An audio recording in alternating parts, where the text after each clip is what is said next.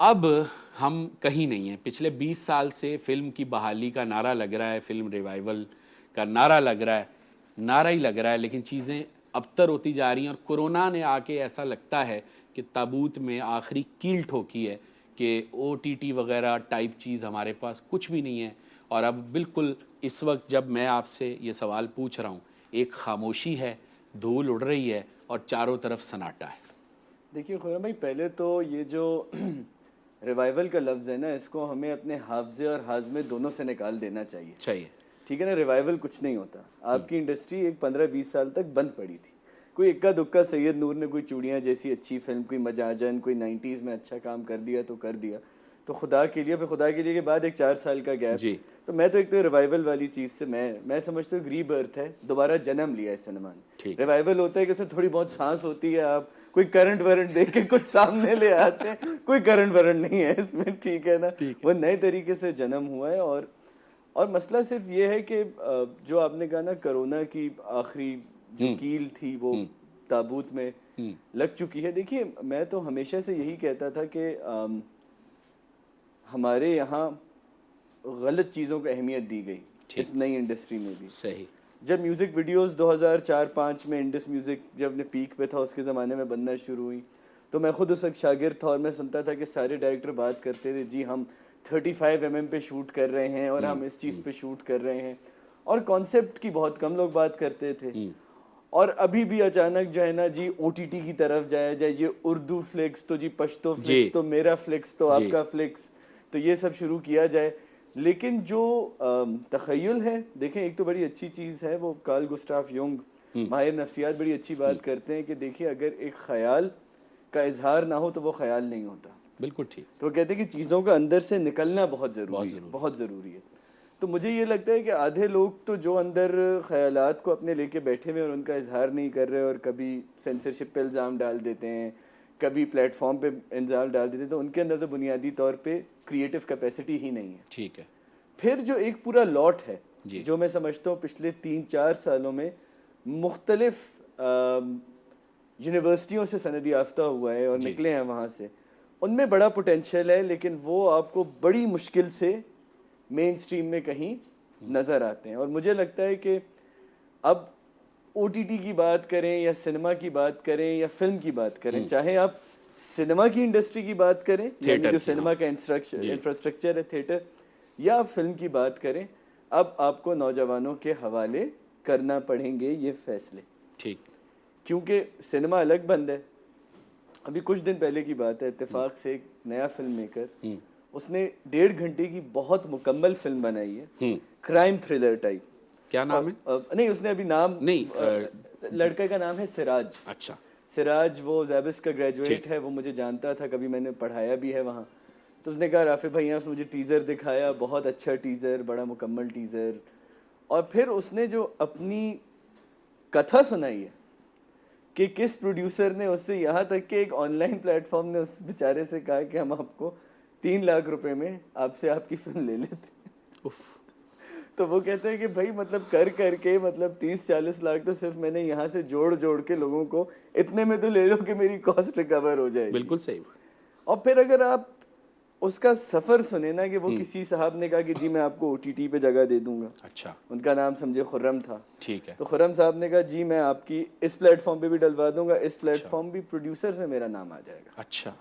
اب آپ یہ دیکھ رہے ہیں کہ جس بچے نے اپنی جیب سے کوشش کر کے چچا سے, ماموں سے, بینک سے, کسی سے پیسے لے کے ایک مکمل فلم بنا دی ہے, جی, جس میں کہیں وہ ایکٹرز نہیں ہیں جو آپ کو ٹی وی پہ نظر آتے ہیں, کہیں وہ ایکٹرز نہیں ہیں جو آپ کو فلموں پہ نظر آتے ہیں, لیکن انتہائی انگیجنگ ٹریلر نکال دیا.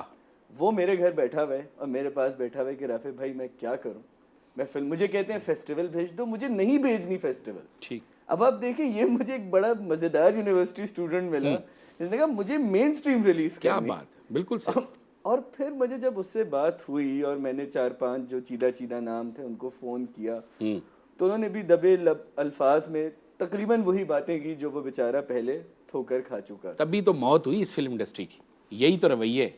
اور یہ بڑے عجیب رویے ہیں کہ مطلب اب آپ یہ دیکھیں کہ کوئی کسی نے کہا جی ہم اتنے میں خرید لیں گے, تو جی ہم عید پہ چلا دیں گے. اس بیچارے تو اینڈ میں کہتے تھے بھائی ٹی وی پہ چلا دو, کچھ کر دو, مجھے وہ کرنا ہے, مجھے اپنی اگلی فلم پہ کام شروع کرنا ہے, ٹھیک ہے. لیکن اس سے مجھے اندازہ ہوا کہ ایک تو ہم یہ کہتے ہیں نا کہ یہ آپ کے جتنے بھی پرانے بابے بیٹھے ہوئے ہیں, یہ سو کالڈ گروز جو بیٹھے ہوئے ہیں نا یہاں پہ, جو مطلب یہ ایسے گرو ہیں جو 51-52 سال کے لوگ ہیں, چاہے فلم ہو, چاہے میوزک ہو, چاہے ٹی وی ہو, ادب ہو, سب میں ہر جگہ ادب, فنون لطیفہ کچھ بھی لے لیں, اور یہ 22-23 سال کے بچوں اور بچیوں سے انسیکیور ہوتے ہیں. ایسے ہی ہے.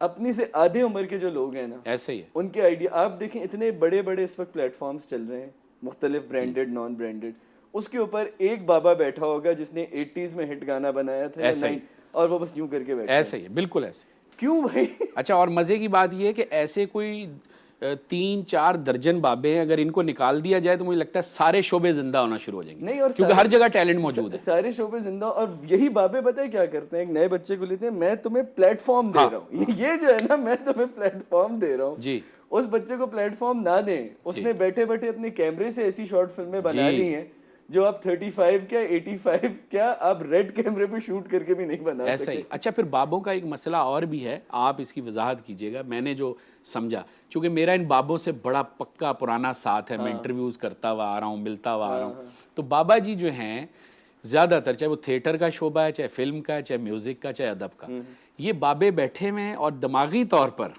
یہ کوئی 70 میں پھنسا ہوا ہے, کوئی 80 میں پھنسا ہوا ہے, 90 تک تو خیر وہ آئے ہی نہیں, اس سے پہلے. تو اب یہ اسی کے اندر ہیں, ایک عجیب سا ان کا یوٹوپیا ہے, اس سے یہ نکلنا نہیں چاہتے. جو اس کو دستک بھی دیتا ہے نا کہ بھائی جان یہ 2021 ہے, چاچا جی, ماموں جی, کچھ بھی کہہ لیں, یا انکل, تو وہ انکل ایک دم سے غصے میں آ جاتے کہ تمہیں پتا گیا, تم نے کیا کیا ہے.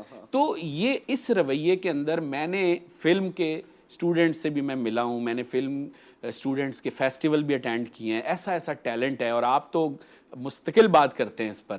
تو اب ہوگا کیا, گورنمنٹ ہماری سنجیدہ نہیں ہے, یہ O T T plate form کا اعلان کر کے بھاگ جاتے ہیں, ان کو شرم نہیں آتی کہ واپس آئیں, اپنا وعدہ نبھائیں. فلم میکر ہمارے مزاحیہ فلمیں بنانا چاہتے ہیں تاکہ ان کے پیسے ریکور ہو جائیں. کسی کو تخلیق کا درد نہیں ہے, کسی کو یہ درد نہیں ہے کہ میں اس انڈسٹری کے اندر کوئی آؤٹ پٹ دوں, کوئی اپنا شیئر ڈالوں. دیکھیے خرم بھائی, اس کا سب سے آسان حل پتہ ہے کیا ہے؟ مجھ سے اگر آج کوئی ڈائریکٹر پروڈیوسر پوچھتا ہے کہ جی آپ اس فلم میں یا اس کے اندر آپ کیا چاہتے ہیں تبدیلیاں, میں ان سے کہوں گا کہ آپ یہ فیصلہ کریں کہ آپ ایسی فلمیں اور ایسے ڈرامے بنائیں گے جو آپ خود دیکھنا چاہتے ہیں. یہ بڑا مشکل کام, ٹھیک ہے نا, یہ آپ خود دیکھنا چاہتے ہیں. عوام کو نا وہ ایک بڑا اچھا, ہم اکیڈیمیا میں لفظ استعمال کرتے ہیں, ایمٹی ویسلز, خالی برتنوں کی طرح عوام کو دیکھنا چھوڑ دیں. عوام خالی برتن نہیں ہے, عوام جھولا نہیں ہے, عوام کو ایک جیسا کانٹینٹ دے کے آپ نے پسماندہ رکھا ہے, نفسیاتی طور پہ بھی, انٹلیکچولی بھی, کہانیوں کے طور پہ, کہ بس یہ ایسے ہی رہے تاکہ میرا فارمولا چلتا رہے. لیکن رافع بھائی, آپ کو نہیں لگتا کہ جب پوری دنیا کا سینما آن لائن ہو گیا ہے, یہ کیا اندھیرے میں رکھ سکتے ہیں؟ کیا ان کو پتہ نہیں ہے کہ وہی عوام وہ چیزیں بھی اب دیکھ رہی ہے؟ اصل میں پتہ ہے بڑا مسئلہ کیا ہے اس وقت, جو ٹی وی, جو پاکستان کی واحد انڈسٹری ہے وہ ٹی وی انڈسٹری ہے, نہ میوزک انڈسٹری ہے, نہ فلم انڈسٹری. تھیٹر تو پاکستان میں انڈسٹری ہو ہی نہیں سکتی.